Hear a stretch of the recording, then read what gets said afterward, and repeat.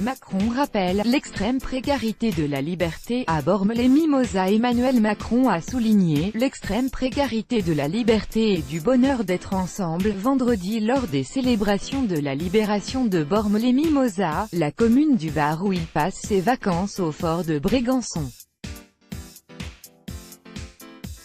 Dans un discours de 8 minutes, le chef de l'État, venu en voisin, a rendu hommage aux soldats de tous horizons, notamment les soldats d'Afrique, ainsi que les alliés, et aux résistants qui ont participé au débarquement en Provence le 15 août 1944 et à la libération du sud de la France dans les jours qui ont suivi. En ce jour, retenons la leçon de courage qu'ils nous ont donnée et chérissons comme eux cette liberté pour laquelle ils ont combattu jusqu'à la mort.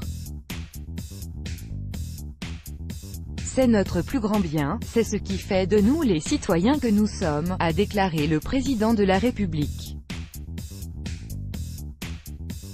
Emmanuel Macron, en vacances depuis le 3 août au fort de Brégançon et qui effectuait sa première sortie officielle, a rappelé le rôle des tirailleurs, Spahi, Goumier, Zouave venus pour la plupart du Sénégal et du Maghreb mourir sur nos côtes pour libérer notre pays. Il a également loué lors de cet hommage, face au monument aux morts des Première et Seconde Guerres mondiales, la mémoire des résistants de l'intérieur, ces anonymes qui avaient décidé de se lever qui, mois après mois, n'ont jamais abandonné.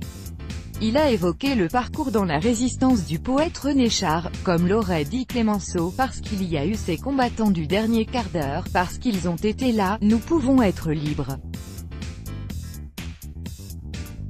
C'est parce que leur combat n'est jamais terminé que nous devons être vigilants et exigeants avec nous-mêmes.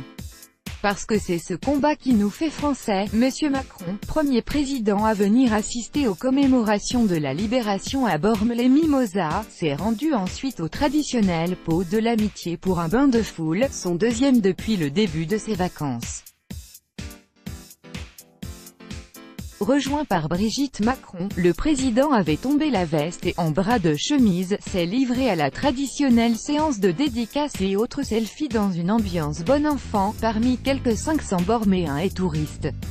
Le président, qui avait prévu de passer une quinzaine de jours à Brégançon, doit quitter sa résidence d'été au plus tard en début de semaine, avant un premier conseil des ministres prévu le 22 août. Tout droit de reproduction et de représentation réservé, copyright 2018, Agence France Presse.